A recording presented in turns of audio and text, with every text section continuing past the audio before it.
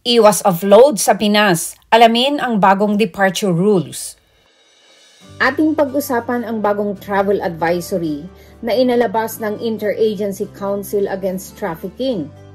At ito ay magiging effective September 3. So ating basahin kung anong nilalaman nito. Una, yung purpose daw nito, sabi niya, is to combat the grave menace of human trafficking. So meron po silang nilabas na ang basihan po nito ay para mapigilan yung pataas na kaso ng human trafficking. At para po mapigilan daw ito, at least man lang makontrol. So isa itong pamamaraan para ma-monitor nila kung mga Pilipino na lumalabas sa bansa ay biktima ng human trafficking o hindi. Basahin natin yung sinasabi niya na hindi raw ito to encroach upon the fundamental right to travel, but to serve as a protective bulwark shielding our fellow citizens from the dire perils of human trafficking. So ito naman daw ay hindi yung pinipigilan nila yung karapatan ng Pilipino, the right to travel, pero para daw po mapigilan, makontrol, o matigil itong human trafficking na nagiging biktima itong mga kababayan natin. So ang nilabas nilang basic requirements para sa mga Filipino citizens na lalabas ng bansa, bibisita man sila, magtatrabaho sila, o magiging turista, o inimbitahan man sila ng kanilang mga kamag-anak abroad, meron po tayong 4 na requirements. Sa una, yung passport pa rin. Valid passport for the past 6 months. Boarding pass. Ang boarding pass, sinasabi niya kung saan ka uupo, anong number yung upuan mo, kailan yung flight mo, saan papunta, saan manggagaling, anong oras. Yun po ang laman ng boarding pass. Tapos yung visa, appropriate visa. Ano ba yan? Working visa, visitor visa, tourist visa, marami pong klase ng visa. Yun po ang titingnan nila.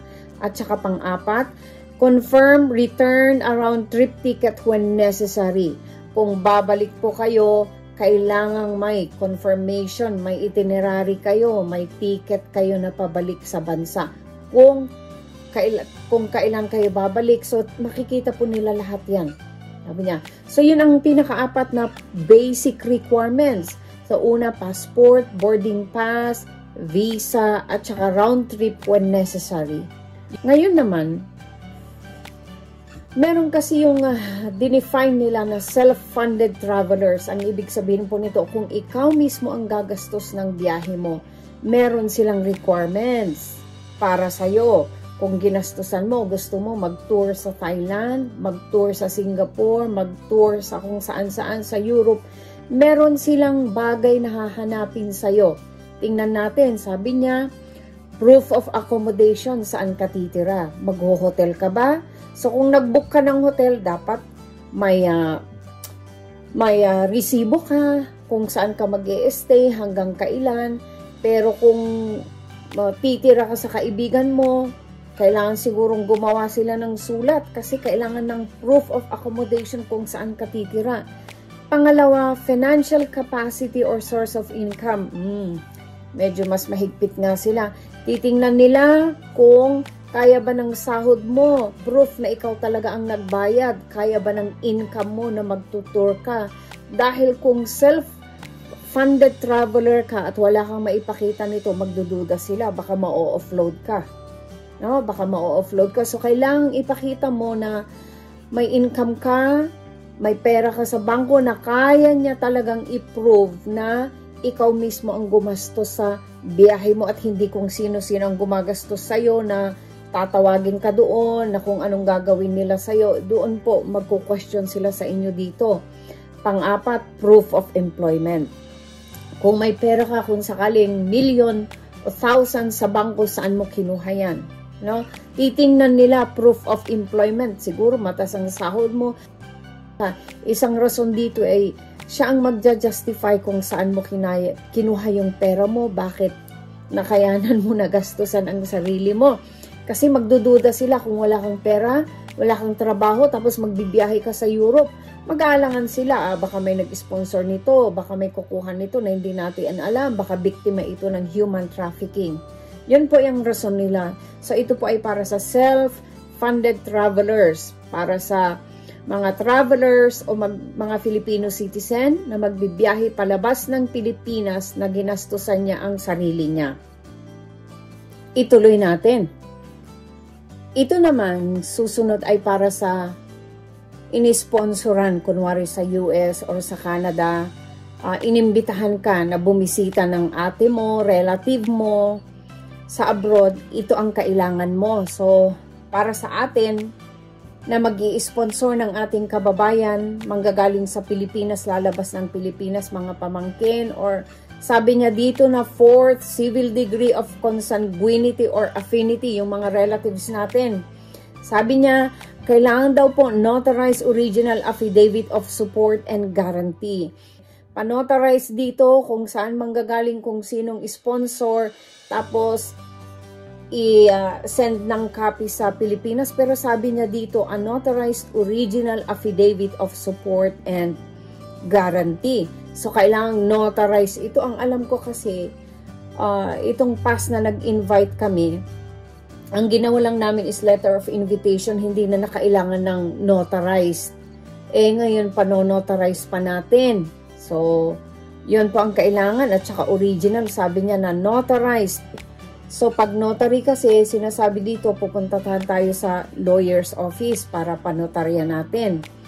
And then, original birth certificate or marriage certificate or report of marriage showing the relationship between the passenger and the sponsor must be presented. So, kunwari, yung asawa niya is nandito sa abroad, iniimbitahan yung misis niya, kailangan pong magpakita ng marriage certificate. O ayan, nadagdagan po. Dati noon is passport lang ito. Kailangan ng notarized original affidavit of support, original birth certificate or marriage certificate. Basta magpapakita lang ng relationship. Ngayon, ang issue dito, kunwari ako, o mag-i-sponsor ako ng kapatid ko, kailangan sigurong makita nila yung birth certificate, yung relationship namin. Kasi nga, kailangan makita, sabi niya. So, kunwari, ang apelyado niya ay si Juan. Dapat may relationship kami na magpakita sa birth certificate na magkapatid kami, pamangkin, auntie o uncle, granddaughter, grandkids. Ganun po ang kailangan nila. So, medyo mas maraming papel ngayon. Dito naman tayo sa sponsor non-relative. So, ibig sabihin nito, kunwari may kaibigan ka sa abroad, may boyfriend ka, may girlfriend ka, tapos iniimbitahan kang mamasyal sa kanya sa abroad. So, ito naman po yung mga kailangan mo. Una, sponsored by a non-relative or a legal or judicial entity, notarized. So, kailangan daw may notary ulit. Pangalawa, original affidavit of support and guarantee. So, kailangan may kopya din yon, yung letter of support and guarantee, na sila ang bahala sa'yo, sila ang magagastos sa'yo habang nandoon kang bibisita sa kanila. And then, document establishing the relationship between the passenger and the sponsor. So, anong relationship ninyo? Paano kaya yan? Siguro yung mga girlfriend and boyfriend, kailangan magpakita ng mga messages ninyo. Medyo mahirap din ito, ano? Hindi ko alam kung paano nyo ma-prove ito.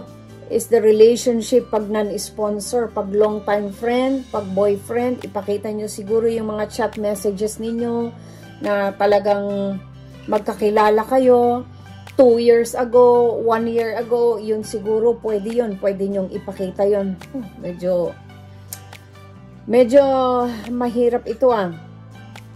Ngayon naman, sa mga OFW, departing for the first time should show OEC. So, kailangan pong may OEC ang ating mga OFW. For the first time na aalis, merong OEC. Issued by the Department of Migrant Workers. Tapos, valid employment visa. Kailangan pong may employment visa, hindi po pwedeng lalabas na wala. Or work permit. Employment contract. Kailangan pong may pinirmahan kayong employment contract. and visa usage undertaking or manpower request. O, ayan, kailangan pong may ebidensya na kung anong rason ang pupuntahan mo sa abroad sa ating mga kababayan na OFW. Ito po yung mga sinabi nilang kailangan nilang makita. Ngayon naman, kung pupunta kayo sa airport, dadaan kayo sa immigration officer. Meron yung primary at saka secondary. Itong primary immigration officer interview, dapat daw maipakita mo dito yung purpose of travel, bakit ka nagbibiyahe. Ano? Bakit ka nagbibiyahe? Anong dahilan mo para ba bumisita, magtrabaho, turista, may nag-iimbita sa'yo? Pangalawa, review basic travel documents. So, alam na natin yun. Ano yung mga travel basic documents? Yung 4 kanina na passport, visa, yung mga naipakita. May ask clarificatory questions. Pwede ka nilang tanungin na i-clarify, lalo na kung medyo malabo, na nakikita nilang malabo yung documents mo sa biyahe mo, parang kulang, o anong dahilan ng pupunta ka sa abroad, pwede na lang tanungin yon. May require the passenger additional supporting documents. O, ito na. Kung hindi mo ma-justify kung bakit ka pupunta sa abroad, pwede silang magtanong ng mga additional documents. Maalala ko tuloy yung napanood natin na tinanong yung mga graduation photos. Kung ano-ano tinanong, hindi ko alam kung kasama talaga ito doon. So, kung kailangan sigurong tanungin, pero I don't think na necessary siguro yung graduation photos, ano? Ngayon naman, kung hindi ka nakalusot sa primary immigration officer, dadaan ka sa secondary. Dadalhin ka nila sa secondary immigration officer. So, pupunta ka sa secondary immigration officer. Sabi niya, pag fail to establish their purpose of travel. So, hindi mo na-justify kung bakit ka magbibiyahe. And consistent or insufficient travel or supporting documents, kulang-kulang yung mga papel mo dito. Dadalhin ka sa secondary immigration officer. Unable to show proof of financial capacity to travel. Kunwari, ikaw yung ginastusan mo ang sarili mong magbiyahe. Tatanungin ka yung income mo or employment certificate. Pag hindi mo na ipakita, dadalhin ka sa secondary immigration officer para tatanungin ka. Traveling with or without visa to countries with deployment bans. So, ito yung mga tao na nagbibiyahe daw sa mga bansa na may ban, na hindi dapat pumunta, tapos doon pupunta. Ayun, tatanungin kayo dito. And then stayed abroad for over 6 months as a tourist or previously misrepresented any travel information and or intending to travel again for the same purpose. So ito, baka may history ka na na-violate ka noong una. So titingnan nila ito, tapos bibiyahe ka ulit, titingnan nila ito. Okay?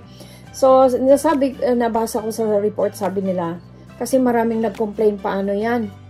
Hindi madedelay ulit kami sa flight namin kung ang daming tanong. Sabi naman doon na 15 minutes lang daw kung walang problema. 15 minutes lang daw kung walang problema, pero asahan nyo na mas tatagal ito. Kaya advisable talaga na bago kayo mag-flight, at least 4 to 5 hours nandoon na kayo sa airport. Kung sakali man na magka-aberya, at least may time kayong mag-ayos. Iba pang dahilan kung bakit kayo dadalhin sa second immigration officer, sabi niya, those with active deferred departure records. So meron yung mga aktibo na na-defer, napigilan yung departure nila kasi may record sila, tapos aalit ulit sila. Hindi po pwede yun. Kailangan yung dumaan kayo sa secondary officer. Those identified and reported by the IACAT or other government agencies as a potentially traffic. Sabi niya, may suspetsya sila dito. As potentially traffic or illegally recruited person or a suspected trafficker or illegal recruiter.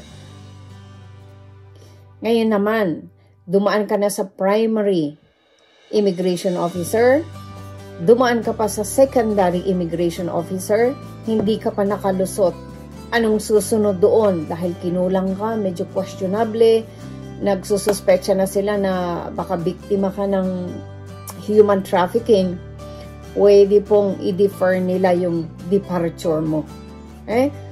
So, sabi niya, madi-defer lang yung departure mo kapag may refusal to undergo secondary inspection, no? Doubtful purpose of travel, alanganin sila, parang hindi sila kumbinsido na okay yung mga papel mo, inconsistent or insufficient travel or supporting documents, kulang-kulang yung mga papel mo na ipinakita mo, no?